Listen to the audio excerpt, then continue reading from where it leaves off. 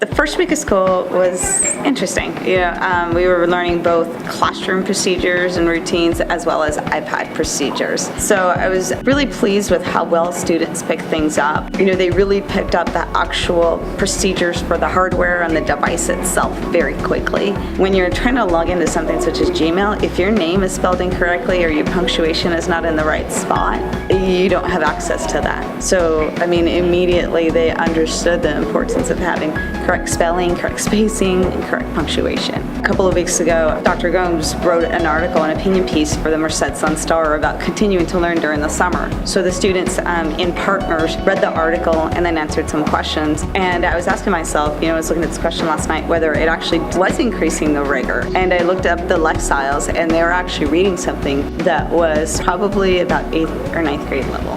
With the iPads, one of the things that I tried to teach the students to do was to become problem solvers themselves.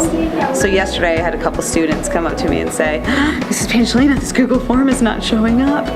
So instead of telling them what to do, I'd ask them, okay, well, what do you think you should do? Or why do you think you can't see it? And immediately they used their critical thinking skills and they said, it's because I'm not logged into Google.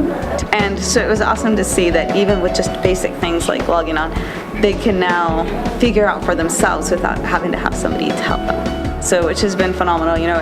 In terms of really implementing the technology, that was a big goal for me, is to have the students become independent users. I think one of the greatest strengths is that it's so versatile. Teachers can adjust it based on what their strengths are and what their goals are within the classroom. I can use tools that I'm comfortable with and that I know my students are going to be comfortable with. Not only that, I can also customize it for individual students. So I know if one student is going to benefit from one type of the app, then I'm going to use that.